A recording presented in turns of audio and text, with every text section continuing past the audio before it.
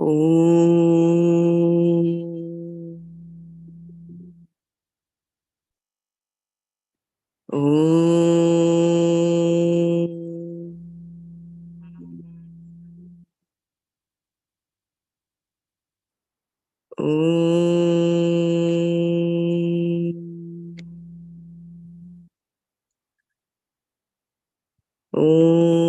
Brahmanandam Paramasukadam Kevalam Jnanamurtim Dvandvatitam Gagana Sadrisham Tattvamasyadilaksham Ekam Nityam Vimalamachalam Sarvadhi Sakshi Bhutam Bhavatitam Trigunarahitam Sadgurum Tam Namami Shruti Smriti Purananam Alayam Karunalayam Namami Bhagavat Padam Shankaram Loka Shankaram Shankaram Shankaracharyam Keshavam Vadarayanam Sutra Bhashya Kritau Vande Bhagavantau Punah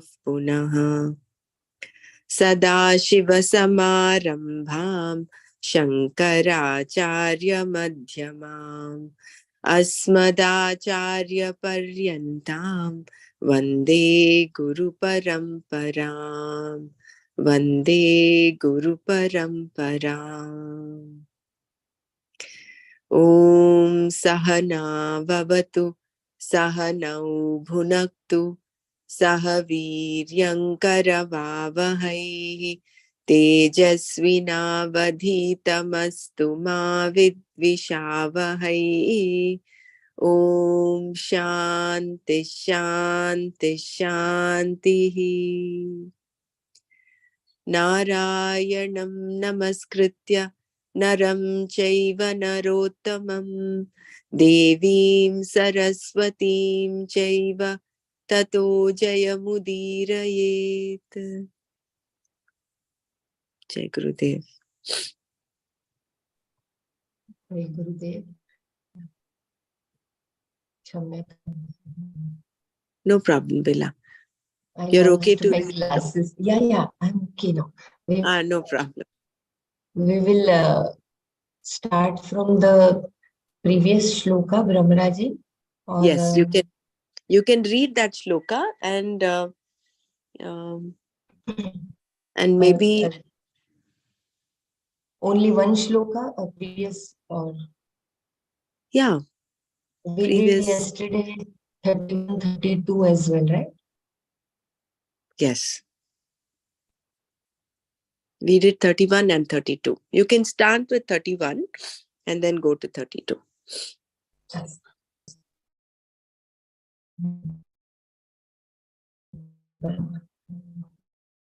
Sarvabhutasthitham yom bhajate katvamaasthitah sarvatha vartamanopi sayogi mayi vartate.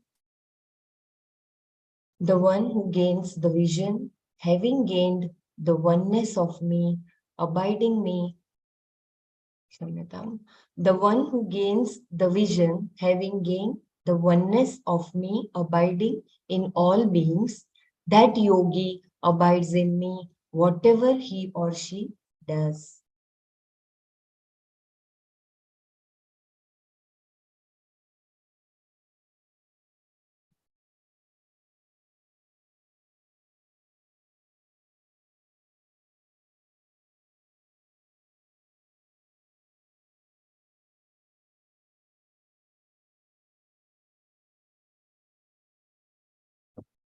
Atmaupamyena sarvatra samam pashyati Arjuna sukham va yadi va dukkham sayogi paramo mataha.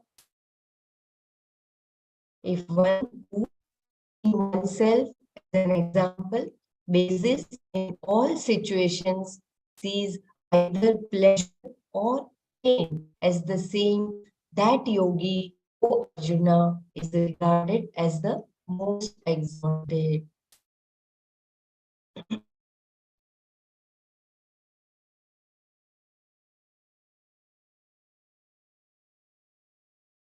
Brahmaraji, ये श्लोक कहाँ तक पढ़ा था कल?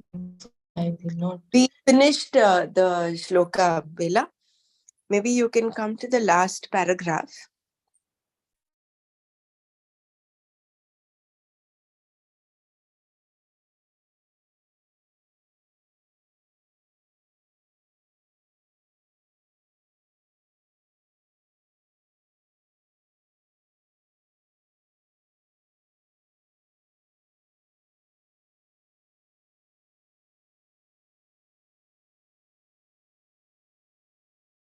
May I begin with the second interpretation of the verse? I will just quickly repeat the paragraph before. Please go ahead. No problem. We can repeat. Repetition is good. Yeah. Ego is ignorance based. Since ego implies isolation, behind every crime there is ego. But the yogi Krishna is talking about is the one who has pricked the bubble of this ego. The bubble ego is no longer there. One ocean alone is there.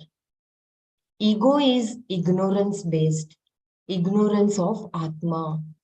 Once the ignorance of Atma is gone, all that remains is one Atma, which is Param Brahma. There is no ego anymore. And when the ego is not there, where is the question of the person doing anything improper? The person abides in Ishvara alone. Mai eva vartate.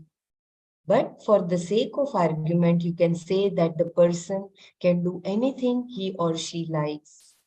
Even though the person still does various things, whatever these may be, or however they are done, the person remains in me alone. This is Shastra. When the Lord says, remaining in me alone, it means that the person is never separate from Him. In other words, the person and the Lord are one and the same. A person who has this equal vision everywhere has no necessity to do things that are not in keeping with Dharma. The person naturally sees that what is sukha for him or her is also sukha for others, and what is dukkha for him or her is dukkha for other people as well. But will the person who has this vision not compromise it in any way? After all, most people understand that what makes them happy or unhappy affects others in the same way, but still they do not always behave according to dharma. Suppose something becomes so important to this person, is it not possible that the vision will be set aside, temporarily at least? In fact, this problem will not arise because for the person who has this vision, there is no notion that I am limited. There is knowledge that the same Atma is in all beings and all beings are in oneself, Atma alone. The ego for this person is Badhita, sublated. It is no more taken as real. Therefore, this person is one for whom ahimsa is natural, which is in fact the spirit of sannyasa. A person who has this clear vision of Atma, samyak darshana nishtha, who is naturally, spontaneously given to ahimsa, who no longer needs to practice ahimsa deliberately because it is his or her very nature, is described here as the most exalted Parama among yogis. So when we see that in our Gurudev or in Swami Tejomayananji or Dalai Lama. They have that aura of compassion and continuous love only. They see everyone as equal, right? So for them, ahimsa is their very nature. A second interpretation of the verse. We can look at this verse in another way using the option offered by the word va as or by adding this va or to sukha and dukha. Sukham va yadi va dukkham. Here, situations are categorized in a twofold way. Those producing sukha and those producing dukkha, both of which the wise person looks at equally. Samam pashyati means that for the person, sukha and dukkha are the same. Why? Because he or she looks at both with the example of himself or herself alone. Atma being the example, the basis of measurement, the metrics of judgment, the person sees that which is equal in both sukha and dukkha. How is this possible? Because the person understands the nature of Atma as fullness, wholeness, and from this basis, he or she looks at sukha and dukkha. Both are within that fullness alone. This does not mean that the person does not meet with situations. This does not mean that the person does not meet with the situations producing sukha and dukkha. The point being made here is that the person looks at all situations, even the dukkha of death, from the basis of Atma alone. Because the person knows oneself, Atma as fullness, there is no ripple of reaction, whatever the situation. To put it another way, when Sukha comes, the person's fullness does not increase. And when Dukkha comes, the fullness does not decrease. Meaning that the person is always with Ishvara. Mayi eva vartate. There is no situation which is going to take the person away from Ishvara. This is the connection with the previous verse where it was said, whatever the person does, sarvatha vartamanah api. There is no question of the person being away from me, Ishvara, or forgetting me, Ishvara, because of any situation involving dukkha or sukha. Why? Because Atma is the example, the basis, upama for the person, the Atma that is aham, I. Previously, it was pointed out that Atma is Parameshwara, Paramatma. Therefore, Paramatma is the upama, the example for the person who comes to bear upon all situations with the fullness that is the nature of Atma. This particular interpretation is in keeping with the example of the river and the ocean in the second chapter of the Gita. So when the river meets the ocean, the merging of river into the ocean makes them complete full. It is only one ocean. And so beautifully it is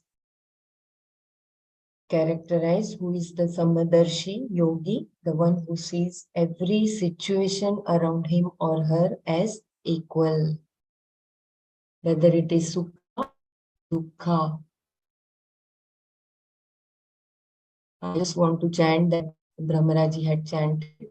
Purnamada Namidam Purnat Gachyate Purnasya Purnamadaya Purnameva Vashishyate.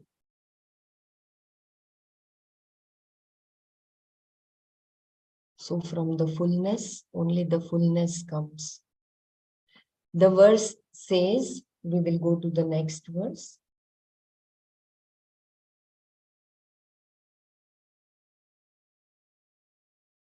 Here the verse number is different and okay.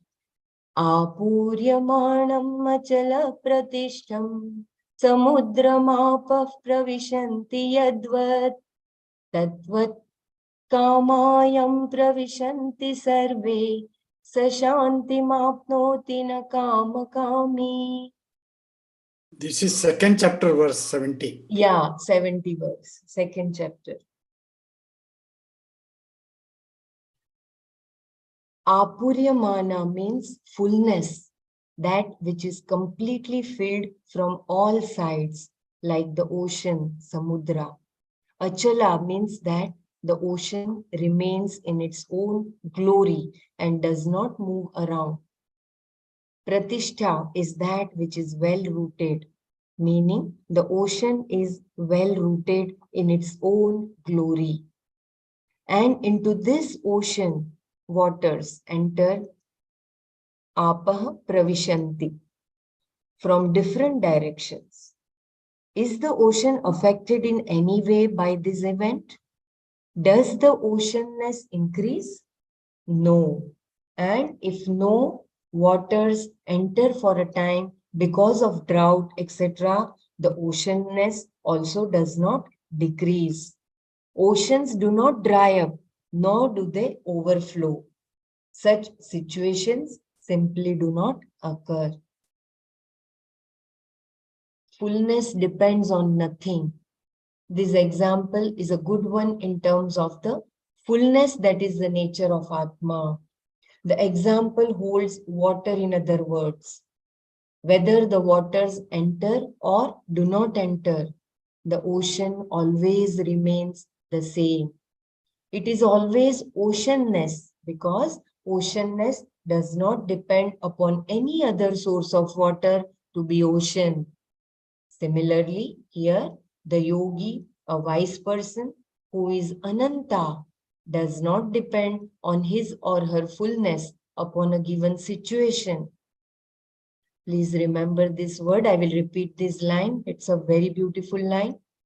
Similarly, here the yogi, a wise person who is Ananta, does not depend for his or her fullness upon a given situation. Whatever happens, sukha or dukkha, the person sees them both equally. Therefore, he or she remains tranquil. Sa shantim apnoti.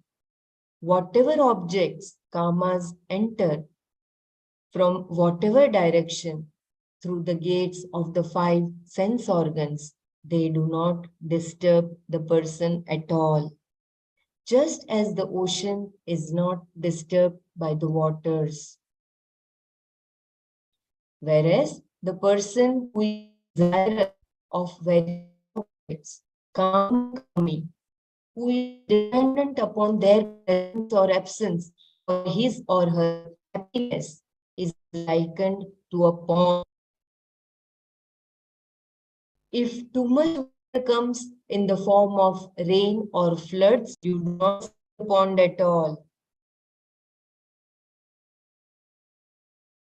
And if there is no rain, it dries up altogether. Similarly, the Kama Kami is like a yo-yo. If something desirable comes along, he or she goes up.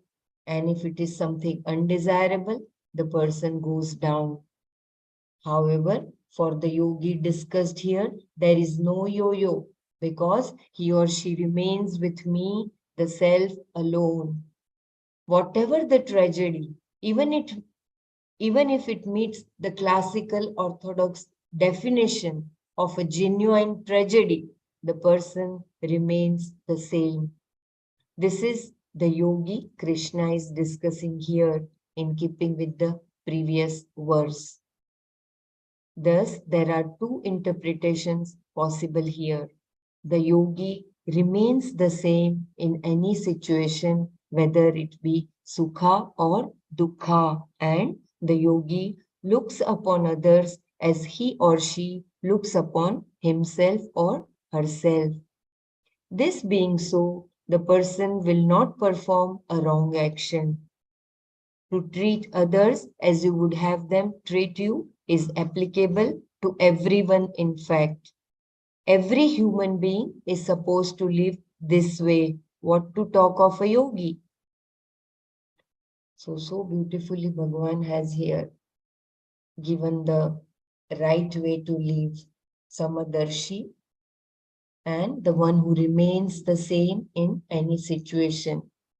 We should not be like a pond which depends on the situation. If there is drought, then it will dry up. If there is dukkha, then he will remain, he will become sad, unhappy. And if there is rain, then it will increase the level of the pond, the water level. If there is sukha, then the person will be happy. Then only the person will be happy. So we have to be like the ocean, which remains the same, whether the water from the river comes or doesn't come. The oceanness remains the same.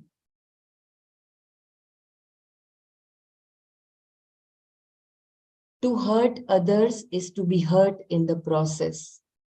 No one can hurt another without getting hurt in the process, even though it may sometimes seem to be otherwise.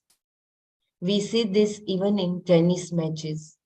You begin with love and then you fight to win. And when you do win, you are ecstatic. On the way to the net to shake hands with your opponent, you jump up and down and throw your racket into the air. You are very happy until you see the other person's sadness in having lost. Then all your joy goes. Do you know why? Because no human heart was ever made that cannot empathize with a person who is sad. So beautifully, Swamiji. That's why in Chinmaya mission, there is no winning or losing. You have to celebrate both. You know what it is to be on the other side of the net because you too have had days like that. Therefore, you cannot but pick up the other person's sadness immediately. Why? Because you can never hurt another without getting hurt in the process. It is just not possible. We think that there are criminals who have so hardened their hearts that they can automatically do harms to others, but this is not true. Even psychopaths have their spells of empathy because of how the human heart is. So, every being is born with that sympathetic love. Even if, Swamiji has described, even the criminals have that. Psychopaths also have their spells of empathy because that is what is the human heart nature.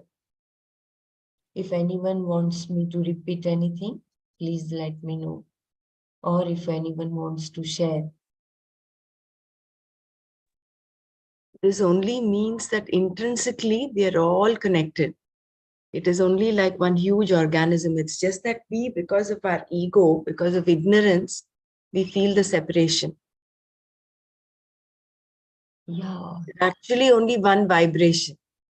Correct. If you can observe the pets and even the plants which we keep in indoor, you know, they are so much affected by the mood of yours.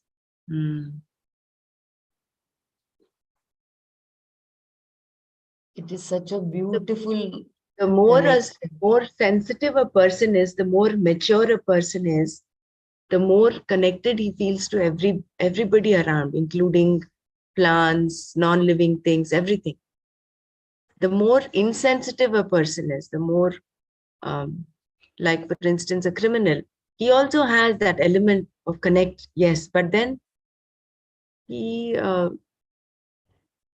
it is not as profoundly expressed as the sensitive person's. Between a saint and a sinner, that is the difference.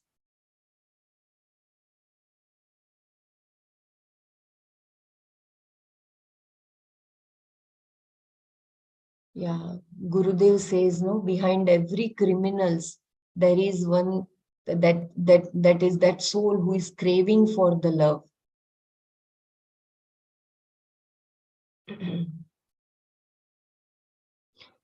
Insecurity is the problem. That you cannot hurt another without being hurt in the process is a fact for which there is a very simple rule. All human beings must follow what we call the order of dharma. This is the common basis for everyone, although it is not commonly pursued because of a fundamental insecurity. This fundamental insecurity is the human problem.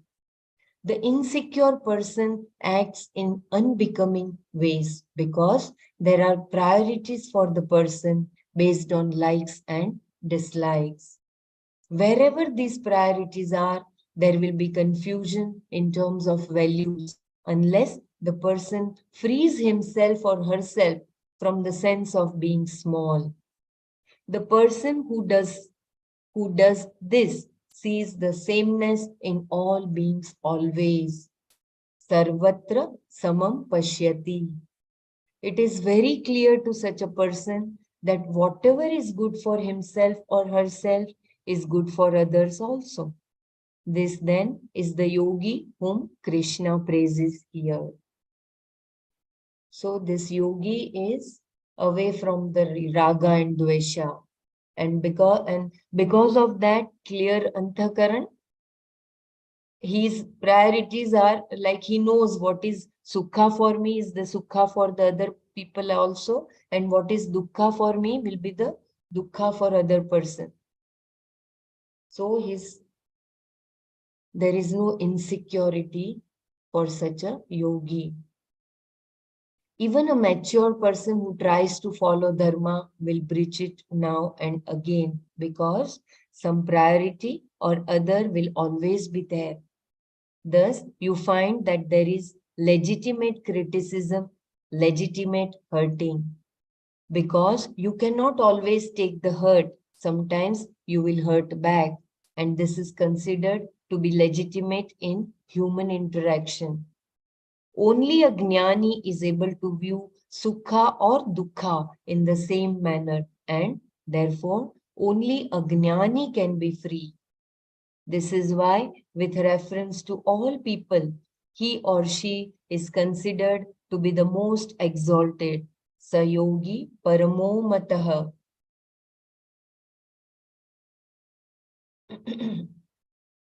This much having been said, the topic of Dhyana Yoga, meditation, contemplation is complete.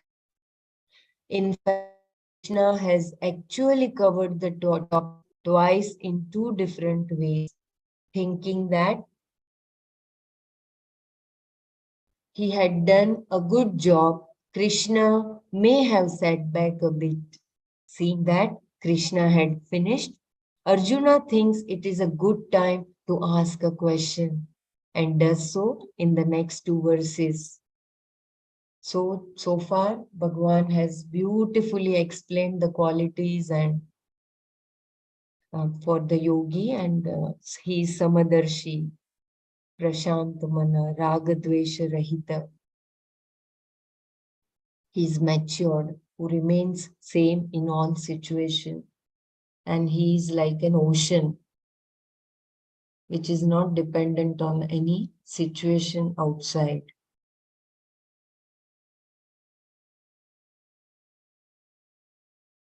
So now here the Arjuna thinks that it's a good time to ask a question. And in these verses make the nature of Arjuna's problem very clear. Arjuna Uvacha Yoyam Yogastvaya Proktaha Samyena Madhusudana एतस्याहं न पश्यामि चञ्चलत्वात् स्थितिं स्थिराम्.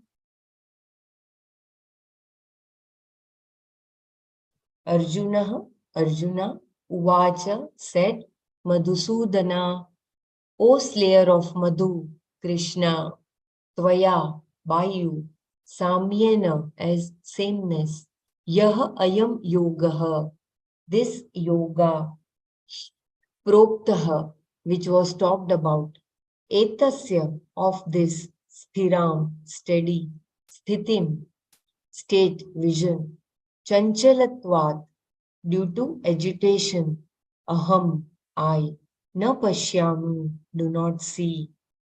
Arjuna uvacha, Madhusudana, tvaya samyena yah ayam yogaha proktaha etasya sthiram sthitim chanchalatvad aham na pashyami. Arjuna said, this yoga that you have talked about as sameness, O Krishna, I do not see its steady vision due to agitation. So Arjuna is Anasuya, that is why he is able to express himself so beautifully. I will just repeat once again the interpretation. Arjuna said, this yoga that you have talked about as sameness, O Krishna, I do not see its steady vision due to agitation. Here Arjuna presents his problem, saying that this vision of sameness that Krishna had just talked about was not as simple as it seemed, given the condition of his own mind. He describes his mind as agitated, chanchala. In fact, later he is going to say agitation is mind. Because of this agitation, Arjuna does not think that there is any such thing as a steady vision of sameness, and even if there were, it would be very difficult to deal with his mind in order to gain such a vision. Arjuna presents a problem that everyone can identify with, one that is very common for anyone who has a mind. What Krishna had taught thus far seemed to have gone into Arjuna's head, but still he has a very valid doubt. For him, the whole teaching seems to boil down to two things. The mind that is composed and steady is the proper receptacle for this knowledge, and the knowledge had to be clear.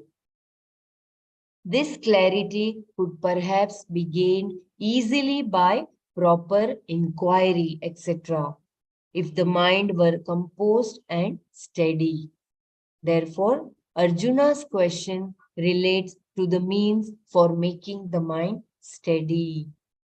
I will repeat this paragraph once again because it is very important question posed by Arjuna. Arjuna presents a problem that everyone can identify with, one that is very common for anyone who has a mind. What Krishna had taught thus far seemed to have gone into Arjuna's head, but still he has a very valid doubt. For him, the whole teaching seems to boil down to two things. The mind that is composed and steady is the proper receptacle for this knowledge, and the knowledge had to be clear. This clarity could perhaps be gained easily by proper inquiry, etc., if the mind were composed and steady. Therefore, Arjuna's question relates to the means for making the mind steady. So Arjuna is asking a very valid question, that the Samadarshi which you are talking about, I'm not able to understand because my mind is agitated right now. So here he is asking for the means to make the mind steady. He finds his mind very turbulent. He also says that it has its own roots. This proves that what is considered to be modern psychology can also be found in the Gita. The mind does not seem to follow any rational way of operating. One may reason very clearly about how silly the mind can be, but still it has its own roots and its own modes of thinking. Therefore, Arjuna is asking, in a sense, whether there is a means, upaya, for making this mind steady enough to gain the knowledge. So innocently, Arjuna is asking Bhagavan that your knowledge is so beautiful, but right now my mind is not steady to accept that knowledge. So kindly tell me the upaya for making this mind steady enough to gain the beautiful knowledge given by you.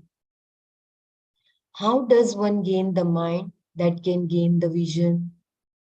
Introducing Arjuna's question, Shankara indicates that the yoga Krishna has been discussing thus far, that is, seeing the sameness in everything, has the status of being difficult to gain. Seeing that it is thus difficult to gain, Yathoktasya samyag darshan lakshanya yogasya dukkha samap sampadyatam alakshya. Brahmaraji, I'm sorry, I may be pronouncing it in a wrong way. Kindly correct me. Yeah. Samyak darshana lakshanya yogasya dukkha samabdyatam. Kindly chant, please. I just chant, read it once. Yeah. Yatoktasya samyak darshana lakshanasya yogasya dukkha sampadyatam alakshya. Sampadyatam alakshya. Arjuna wants to know the ways and means of gaining a mind that will easily assimilate this knowledge.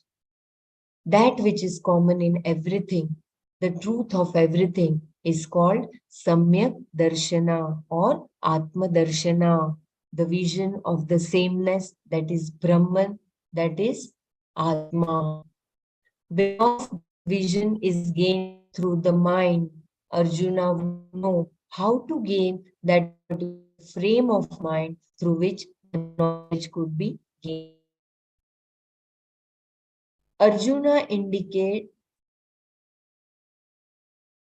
Arjuna addresses Krishna as Madhusudana, meaning the destroyer of Madhu, the name of a particular demon Krishna had slain. Madhu also means honey and is another name for the ego, ahankara in Sanskrit. Everyone loves his or her own ego and wants to fatten it up, it seems. As a teacher, then Krishna was capable of destroying the ahankara, the false ego, with right knowledge.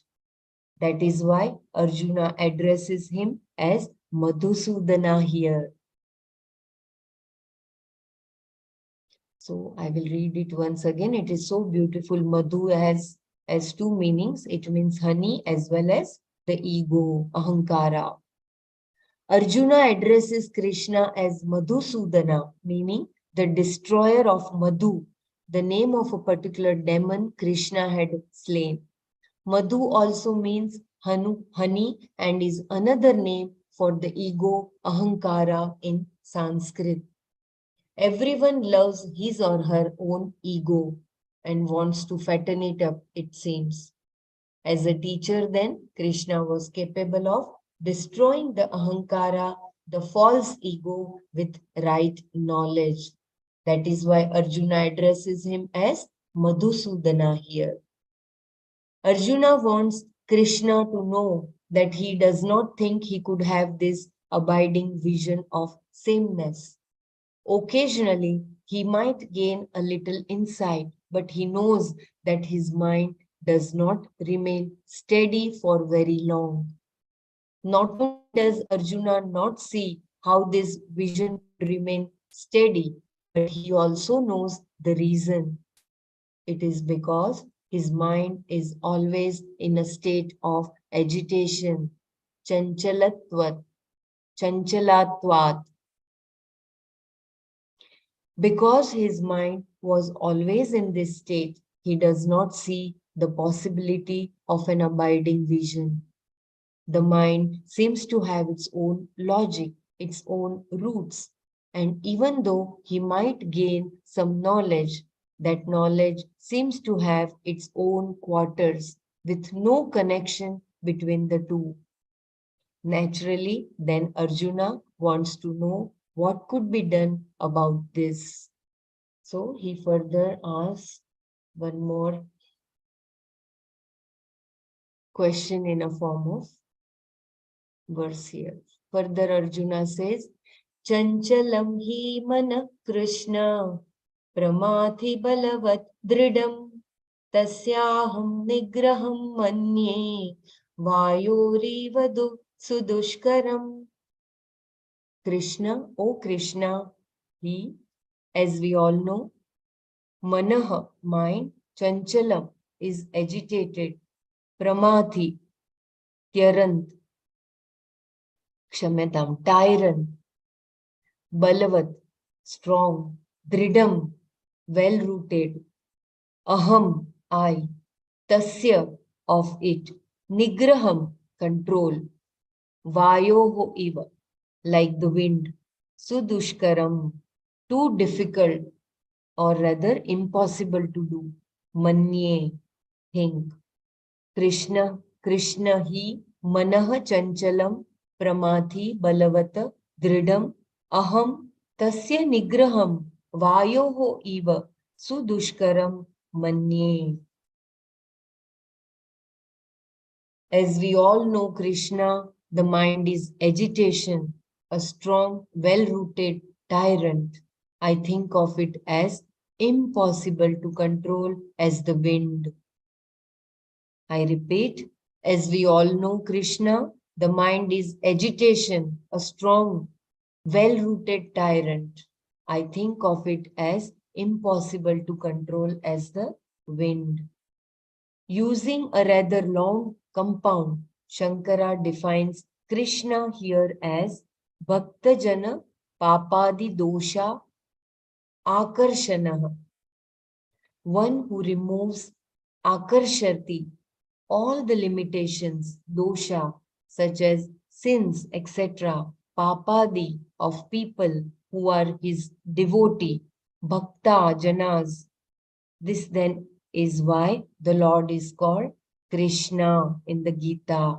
It's a very beautiful meaning of Bhagwan. I will repeat once again. Using a rather long compound, Shankara defines Krishna here as Bhaktajana Papadi Dosha Akarshanah. One who removes Akarshati, all the limitations, dosha, such as sins, etc., Papadi of people who are his devotees, Bhaktajanas. This then is why the Lord is called Krishna in the Gita. The words Parmathi, Balavat, and Dhrida are attributes of the mind that Arjuna talks about. Not only is the mind Chanchala, it is also a tyrant, Pramathi, that which shakes one up. To say that the mind is agitated is not enough. In fact, the mind is agitation. So Arjuna extended his mind as agitation. The agitated mind he talks about. The mind has the capacity to bring one's senses, body, reason, everything under its control. It just takes charge of everything. One's reason does not seem to have any say over this mind. For instance, no one volitionally wants to become sad, but one is sad. No one wants to be angry, but one is angry. Emotions like sorrow and anger are all conditions of the mind and seem to have a hold over the person. One's culture, upbringing, status, and knowledge do not seem to have any say when one is angry.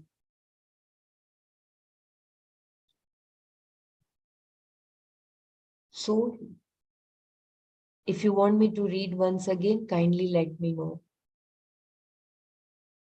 In fact, one's culture seems to be totally forgotten and an entirely new language emerges, one that is not found in any dictionary. This language, although generally understood by everyone, since everyone uses it occasionally, is usually kept suppressed. Culture implies language, but when a person becomes angry and uses such unbecoming, unexpected language, the person's culture is gone. No matter how refined and cultured, no matter how manicured and pedicured, all the culture the person has ever cultivated is nowhere to be seen in the moments of anger.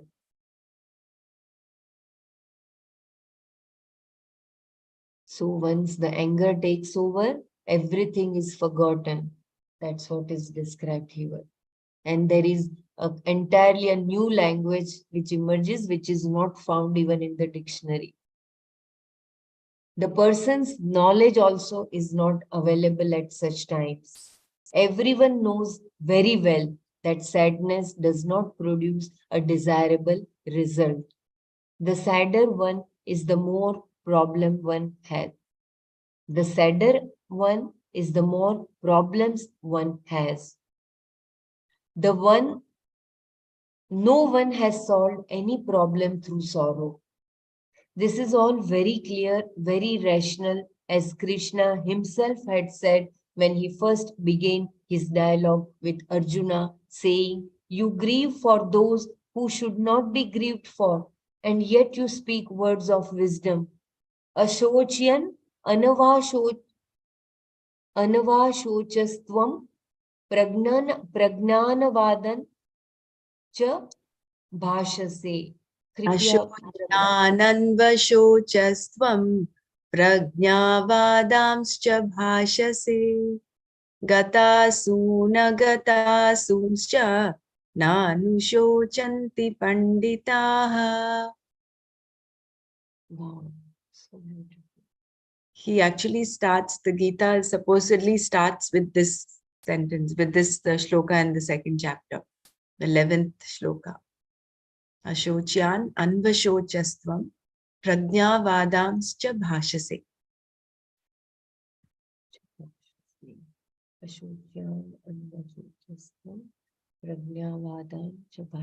Can you do the second line? Gatasun, Nagatasun? Yeah. Ashocyananvashocastvam prajnavadanscha bhashase gatasunagatasumscha nanushocanti panditaha. Non-Sochyanti. That means you don't worry, the Pandits don't worry about it. Is that it? Yes. Non-Sochyanti. I remember this one. This is the 11th sloka, or 12th. I don't remember. 11th shloka of the second chapter. Yeah, that's the first sloka Bhagavan says.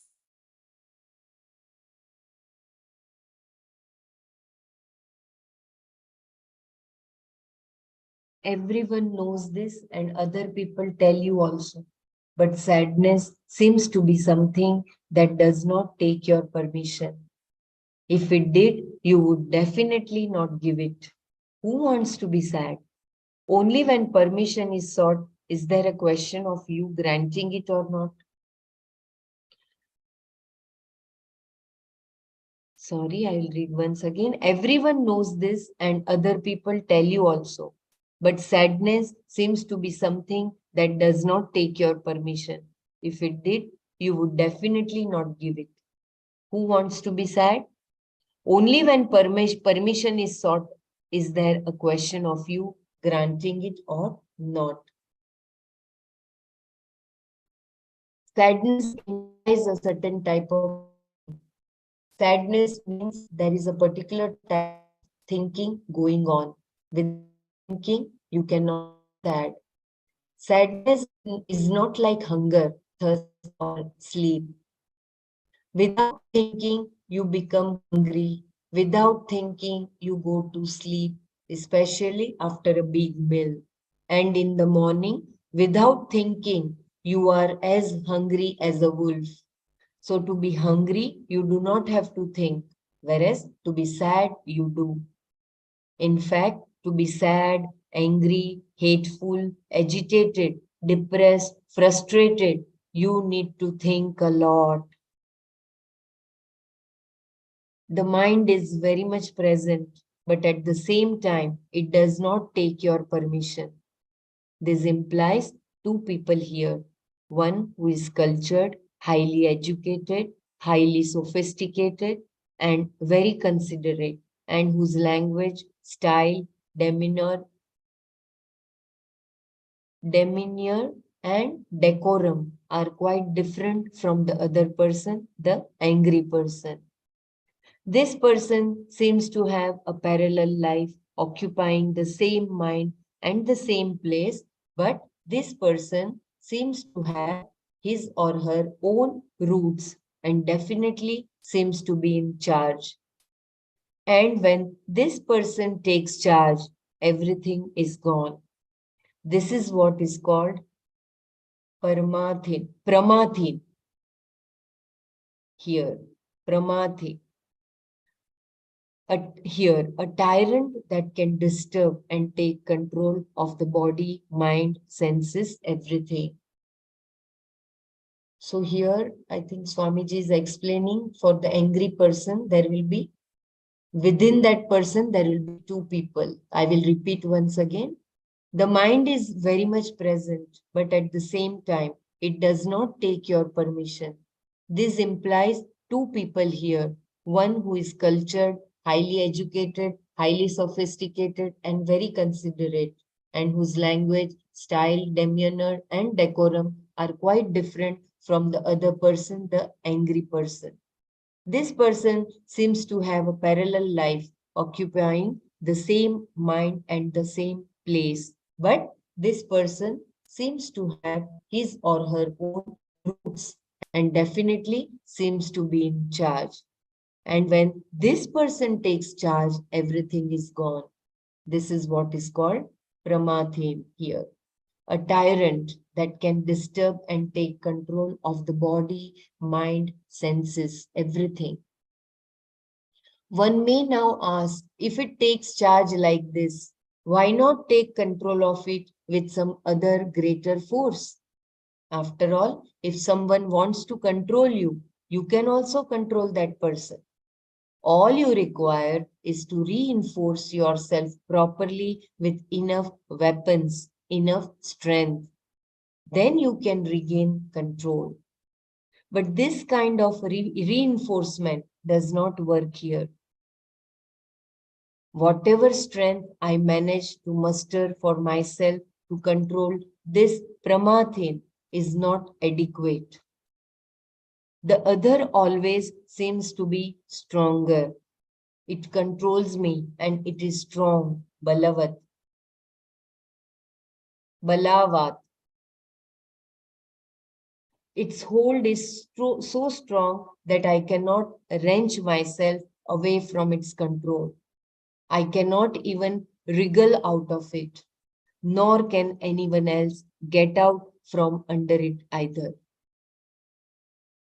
Arjuna describes the mind as drida here, meaning that it keeps one under its control, just like the silk that winds around the worm, keeping it inside the cocoon until it grows adequately to come out.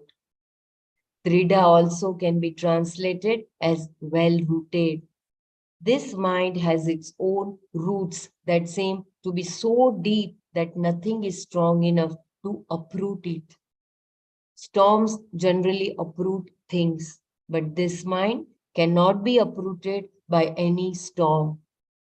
No amount of brainstorming can do it. So beautifully it has been described by Swamiji. Why this mind, which there are two aspects in the same person. One is very well cultured and the another one is with the deep rooted values, sanskaras. And when that mind takes control, then the person cannot remain steady. Anyone would like to say anything? Or if you want me to repeat anything, please let me know. This is very, very important.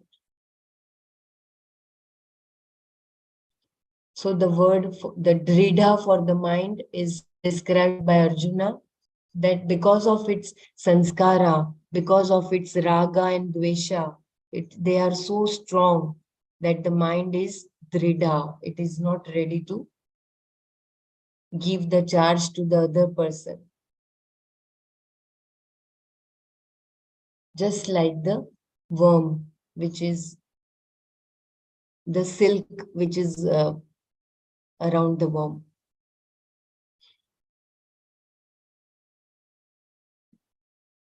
The mind has its roots in childhood. The mind has its roots in childhood and has picked up all kinds of problems from childhood onwards. As a child, one's perceptions are limited, and to those perceptions, others are added along the way. Thus, there is a certain core personality with a lot of added embellishments. Together, they seem to be a person, someone who is altogether different, whom we call the mind, the psychological mind. It is this psychological mind, the emotional mind that Arjuna is talking about here, the mind that is dridha, the well-rooted mind that controls everything. To control such a mind, Arjuna says, is something he considers to be very difficult to do. Tasya aham nigraham manye sudushkaram.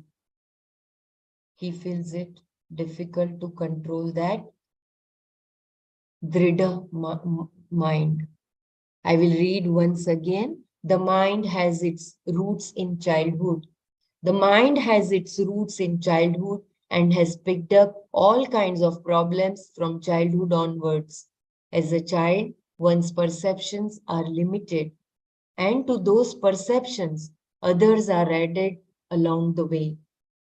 Thus, there is a certain core personality with a lot of added embellishments.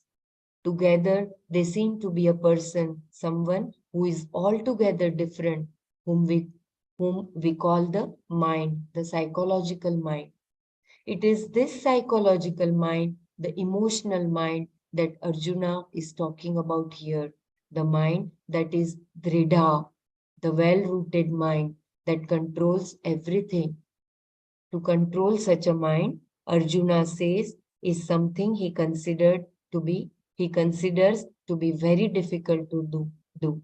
Tasya aham nigraham manye sudushkaram. Dushkara means difficult and sudushkara means very difficult. Arjuna compares any attempt to control the mind with trying to catch the air in one's hand. Vayo eva sudushkaram. The air is not available for catching. Therefore, to control it is impossible.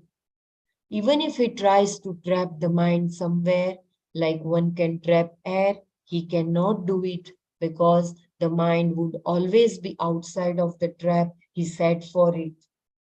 It would just look at him, teasing him almost. Is this not what happens? You think you have given the mind a job to do, like chanting a mantra.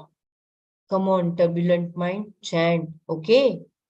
Then you think that the mind is doing it until you find that it is outside somewhere.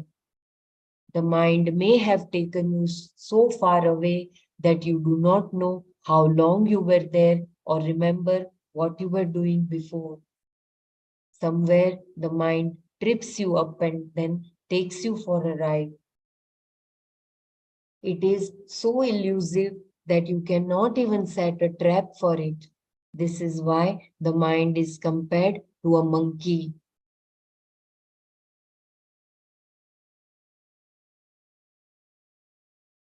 Uh, do you want me to continue or we want to? Please let me know. Yeah, I think we'll continue this. No, it is a good Yeah, flow. just Next yoga you can continue. yeah.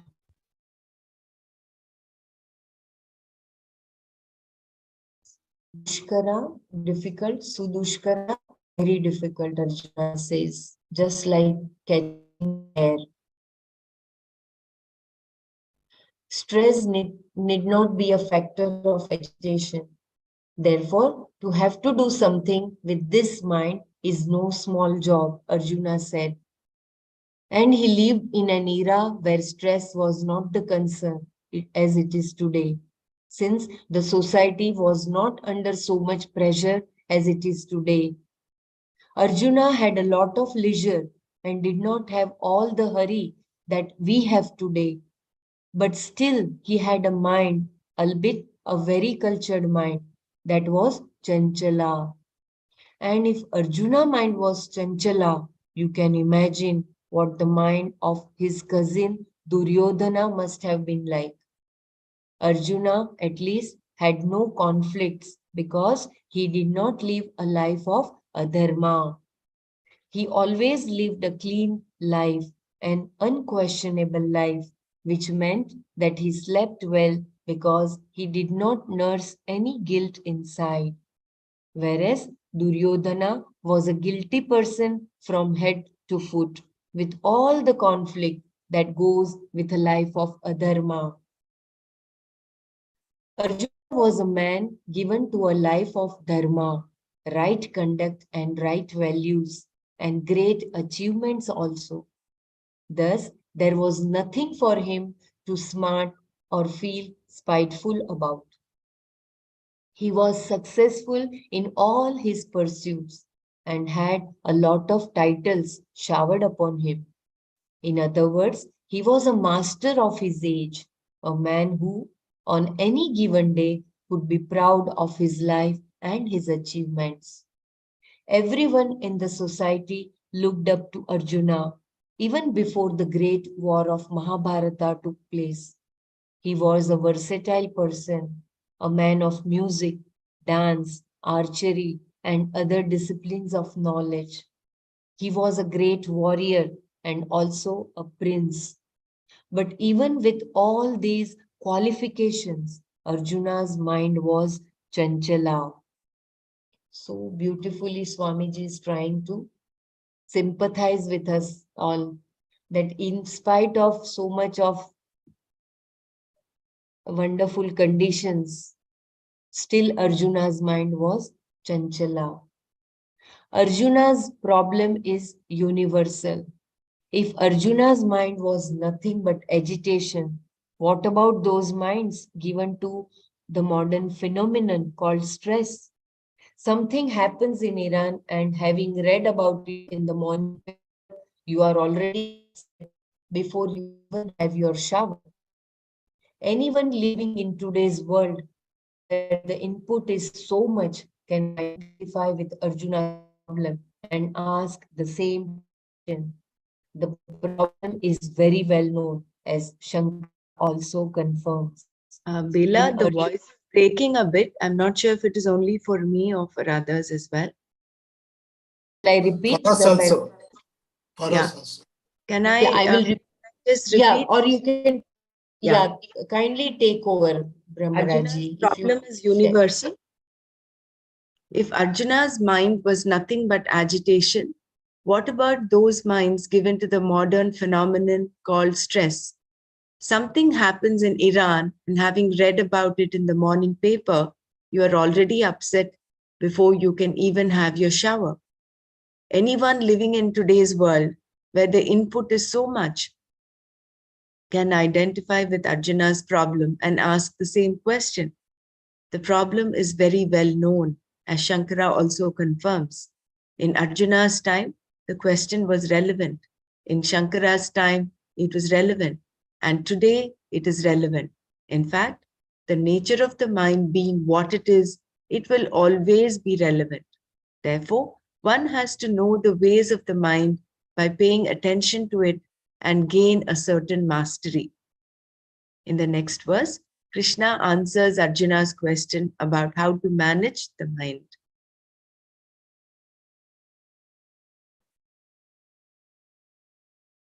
So we'll see the next verse tomorrow. Maybe we'll do a bit of Manana on this. Huh? Can you just go down? There are beautiful words that Arjuna has used that describe the nature of the mind. Can we just read that shloka, those two shlokas that Arjuna has asked? 33 and 34 both, Brahmaraj? Correct, 33 and 34. Yeah. Would you please read? I will share the screen, Brahmaraj. Arjuna uvacha yoyam yogastvaya proktaha samyena madhusudana etasyaham na pashyami chanchalatvat sthitim sthiram. This yoga that you've talked about as sameness, O Krishna, I do not see its steady vision due to agitation. And how beautifully he describes the word Madhusudana. Swamiji describes the different meanings for Madhusudana. One is the slayer of the demon Madhu. Madhu is also honey and also ego, because ego is something that is very dear to everyone. But Krishna is the slayer of that. Chanchalam hi manah Krishna pramadhi balavadridam tasyaham nigraham manye vayoriva sudushkaram. How innocently and so clearly has Arjuna expressed the doubt that the mind is so slippery, just like the wind. As we all know, Krishna, the mind is agitation, a strong, well-rooted tyrant. I think of it as impossible to control as the wind. And the meaning of Krishna is Bhaktajana Papadi Dosha Akarshanaha, the one who removes Akarshati, all the limitations, dosha, such as sins, etc., Papadi, of people who are his devotees, Bhaktajanas. This then is why the Lord is called Krishna in the Gita. I always thought Akarshana was because he's very attractive, but this is another meaning to the word Akarshati, which is someone who removes the limitations, all the limitations and sins of people who are his devotees. He attracts all the papa to himself, means he takes it. That is what here. With the akarshana of Krishna. But here he's not, Swamiji has not mentioned the word attracts here. No, he's only used the word removes. Removes, means by attracting, he removes her from us. No? Krishna attracts those papa, dosha, everything from a person, takes it out, and it goes to him. Akarshati. Bhaktajana Papadi Dosha. Dosha. Dosha Akarshan means that Papa Dosha, he attracts, he takes it out from us. Therefore, it is Krishna. Oh, so good it is. Yeah, maybe we can go up a little. Just read the main paras that we have, the subtitles, and then we can do Manana.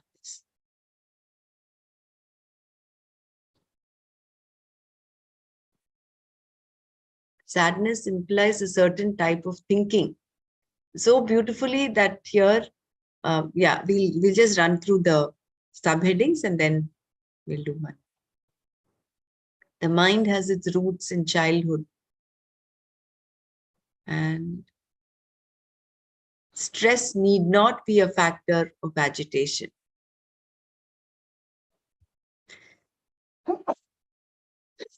Arjuna's problem is universal. Can you just go back to the previous paragraph? Stress need not be a cause for agitation.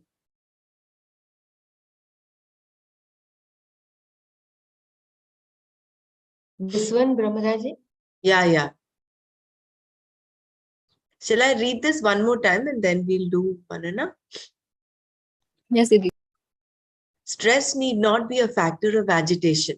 Therefore, to have to do something with this mind is no small job, Arjuna said.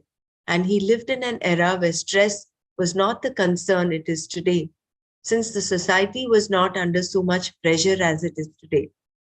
Arjuna had a lot of leisure and did not have all the hurry that we have today. But still, he had a mind, albeit a very cultured mind, that was chanchala. And if Arjuna's mind was chanchala, you can imagine what the mind of his cousin Duryodhana must have been like. Arjuna, at least, had no conflicts because he did not live a life of adharma. He always lived a clean life, an unquestionable life, which meant that he slept well because he did not nurse any guilt inside, whereas Duryodhana was a guilty person from head to foot, with all the conflict that goes with a life of adharma. Arjuna was a man given to a life of dharma, right conduct and right values, and great achievements also. Thus, there was nothing for him to smart or feel spiteful about. He was successful in all his pursuits and had a lot of titles showered upon him. In other words, he was a master of his age, a man who on any given day could be proud of his life and his achievements. Everyone in the society looked up to Arjuna, even before, Vela, just lift it up.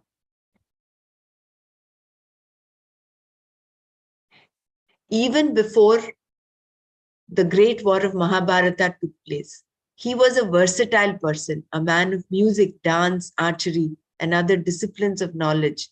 He was a great warrior and also a prince. But even with all these qualifications, Arjuna's mind was chanchala. So even without stress, there is chanchala. With stress, it becomes even more. So let us close our eyes and just reflect upon what we have learned so far and come up with our takeaways and reflections.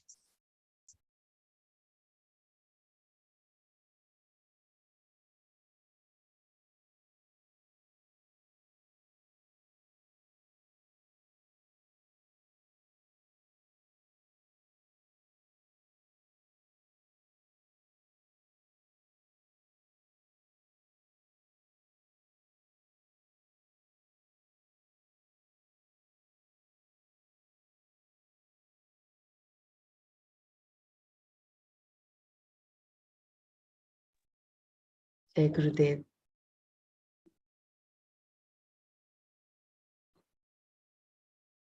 Let's share our reflections. I would like to welcome Suma back into the fold. Suma, Dr. Mara, very nice to have you back.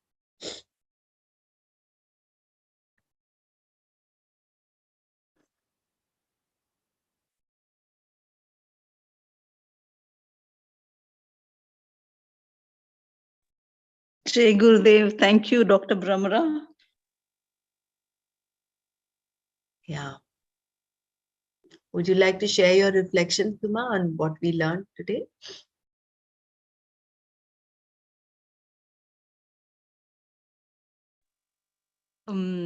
A few things that caught my attention is that the person who creates sorrow for himself as, hatred, isn't it? Is what was about hatred.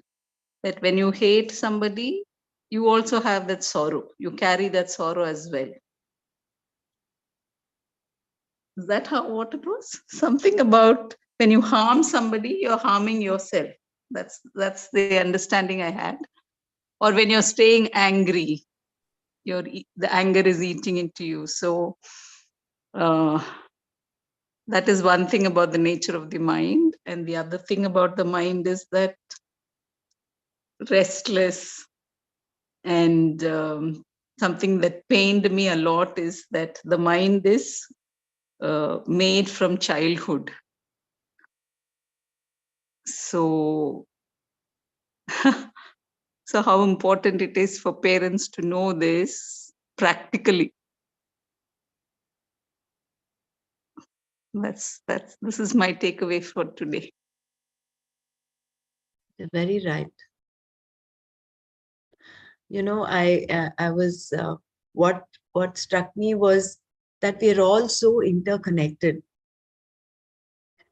When a person lives a life of dharma, he does so because what is sukha for him is also sukha for others. What he comes from that sensitivity, and therefore he does practice ahimsa, and he does it very naturally, because he will not do to others what he does not want them to do to him. He will not hurt another person because he doesn't want others to hurt him. And that the example of the tennis match where it begins with love all, but ultimately there'll be only one winner. And the winner is so ecstatic, is joyful. In that moment of glory, with a side glance, he looks at his opponent who is dejected and who's thrown his racket down. That fraction of a second, this person's joy diminishes a bit. It is because he feels that the sorrow of that opponent. So that way, a yogi is one who practices ahimsa, who doesn't need to practice. It comes very naturally, spontaneously to him. So that is the Arjuna's doubt, and he says, Krishna, you've explained all that sameness and samadarsha, bhava, and everything very nicely. The yoga of dhyana you've explained, but how do I control this mind that is so slippery? Vayoriva sudushkaram. It is like holding air in your hand. You cannot hold air. Where will it stay? That wonderful simile, the way Arjuna has used, and those different terms he's used, chanchalam, dridam, and what are the other words? Tyrant is Ramathin and Balavat. Pramadhi, Balavad, Dridam. It's deep rooted. It's nice, strongly rooted. It is so difficult to get it out of the impressions that it is rooted in. And how very nicely Swamiji's explained, there are these basic instincts of hunger, of joy, of they don't require thinking. You don't think and say, oh, I'm hungry. Hunger actually comes. It is a natural expression of hunger. It is natural. It just comes up. You don't need to think about hunger for it to arise. Whereas sadness, you require to think. And therefore, sadness, Swamiji says, is a pattern of thinking, is a kind of thinking that we have acquired over the years, over lifetimes, starting also from this lifetime, starting from our childhood. The pattern of thinking that I am insecure, I am limited, I require this in order to feel complete. I need to gain this in order to feel complete. We are like that kama kami. It's like that pond that is waiting for the rains to come to fill it up. Whereas our vision has to be like that of the ocean, irrespective of whether rivers flow into it or not. It is just full. So we are all in an Arjuna state right now. And it'll be interesting to see how Krishna answers this. Yeah, basically his question is because of if your mind is agitated, how are we going to receive that knowledge, right? So he wanted to know how this mind could be studied. Is that the question in the last two verses? Yeah, correct.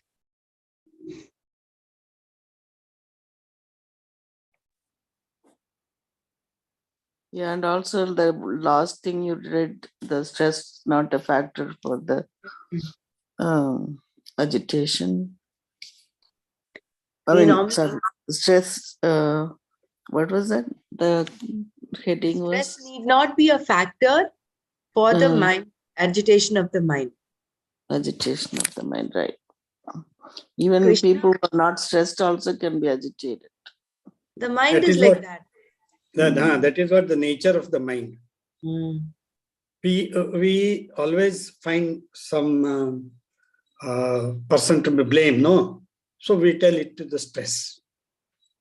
But actually, the nature of the mind is that way.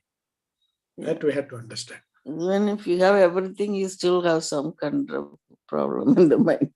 Arjuna had everything, no? Yeah. Everything. He was, even then his mind was chanchala.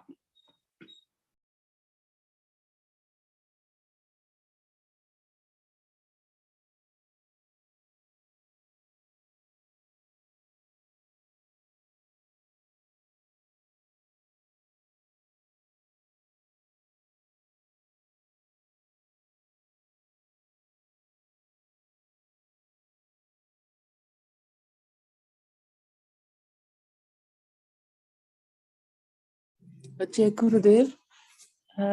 I have it's a query.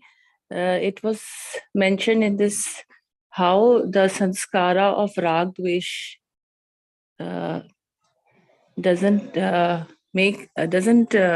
it is because of its presence, your mind is not steady, and basically it because of that your steadiness of mind is not there. But with this with the reference of this shloka, it is true. But I was just thinking over for the gyanis, the good sanskaras, like how they overcome their raga dvesha, their sanskara would help the gyanis to overcome their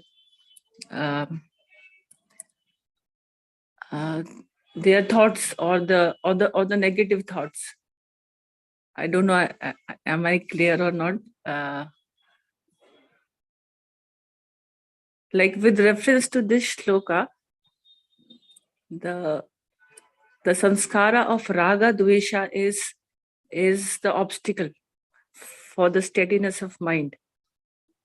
But for the gyanis, the sanskara, good sanskara would help them to overcome their unsteadiness of mind.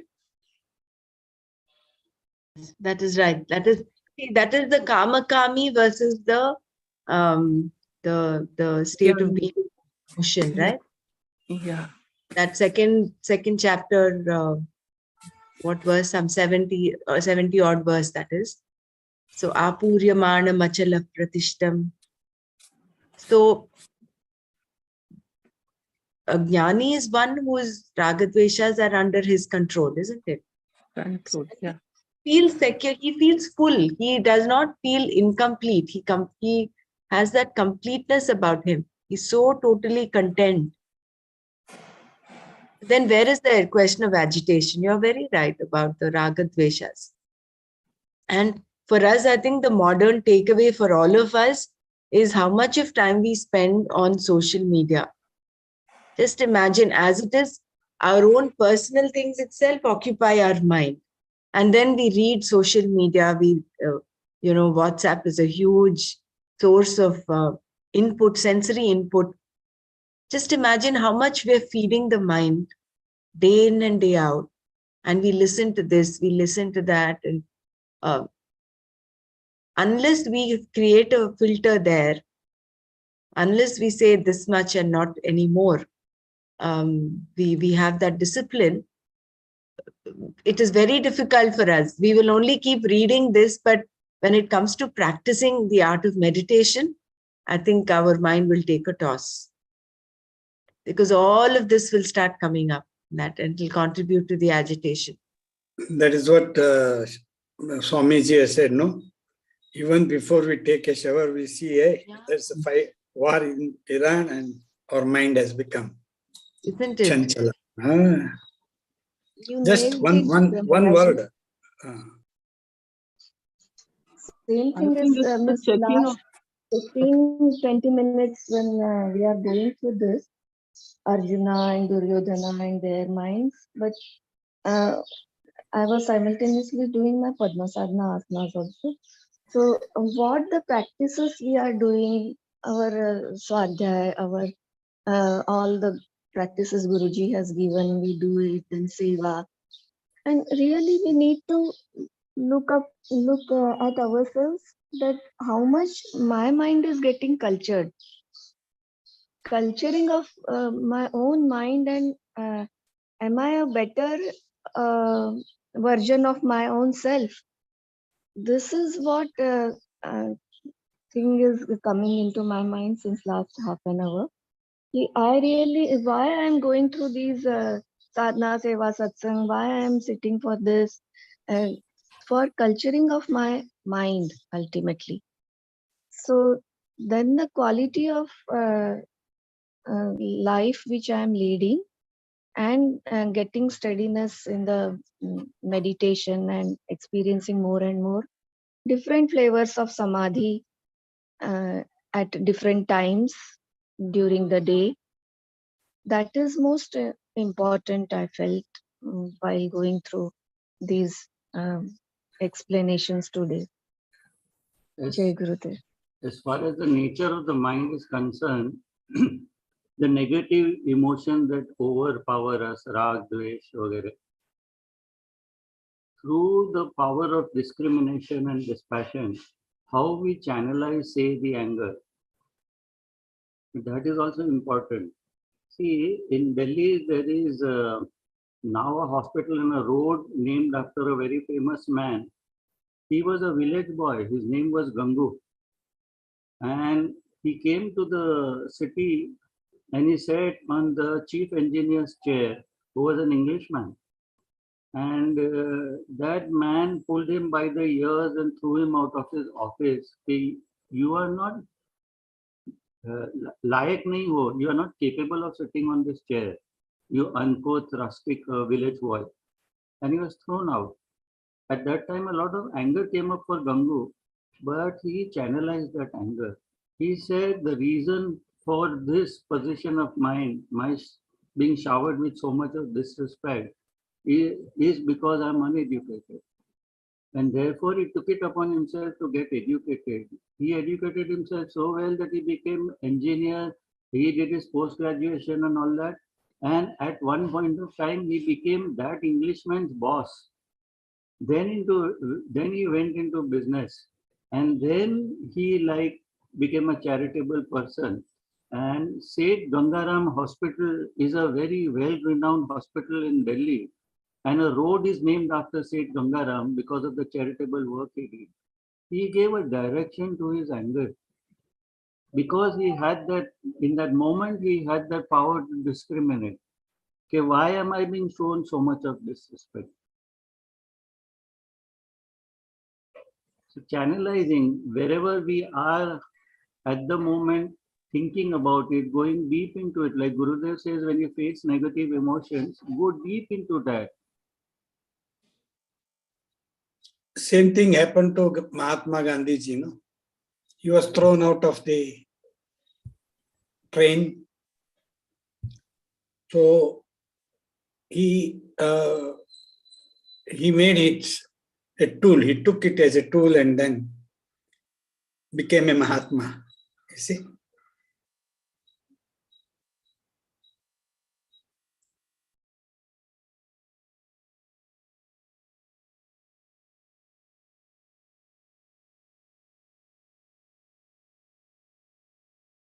That is why if we can prioritize sadhana, prioritize chanting, prioritize seva, this will occupy our waking time so that we will spend less time on these these things of distraction that will otherwise occupy the mind negatively. I think sometime back we had read, if you were not doing this, then your mind will be caught up doing something else which is not productive. Like for all of us, for this 1.5 hours that we are together, if we did not have this means, then probably we would either be sleeping or we would be doing something else. So since we prioritize this, we are kind of slowly holding our mind by its hand and taking it.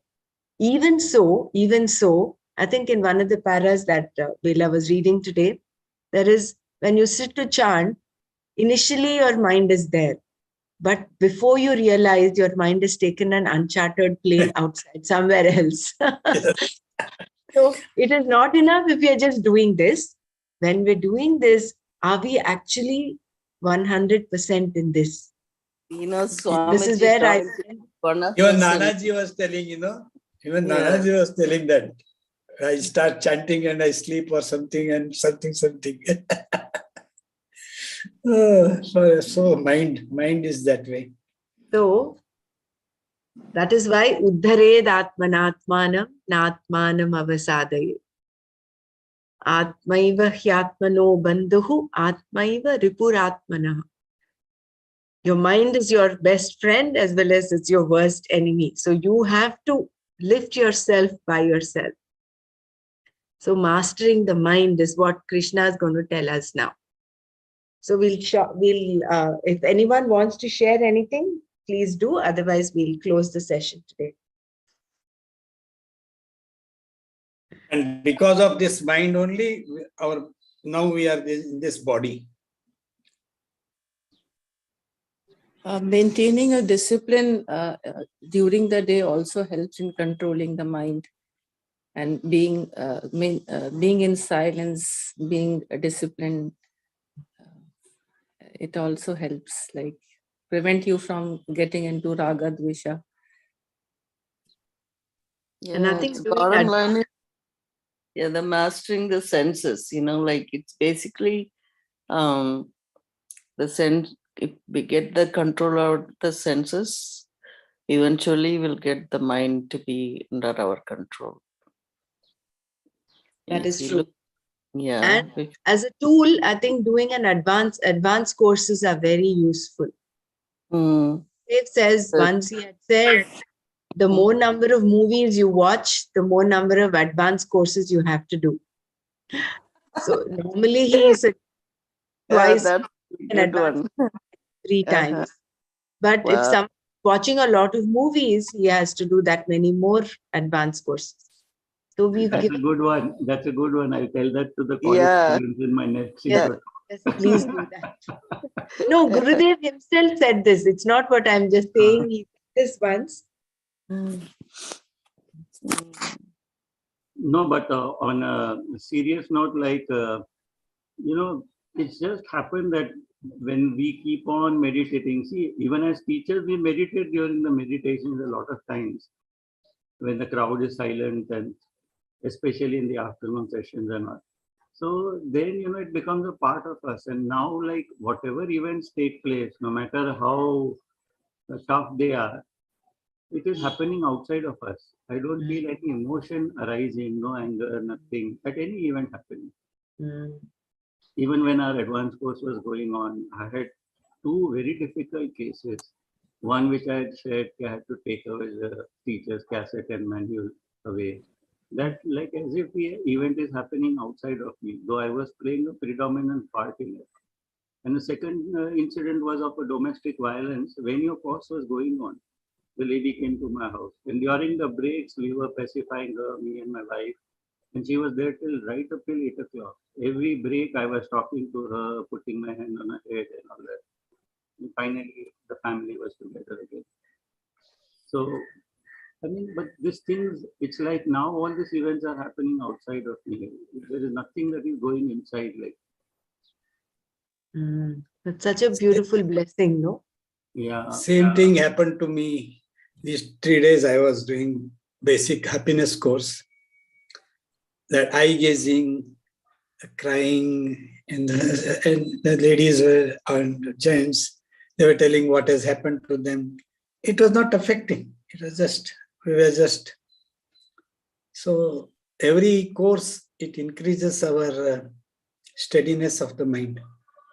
We are seeing it now, happening outside, as Persiji told.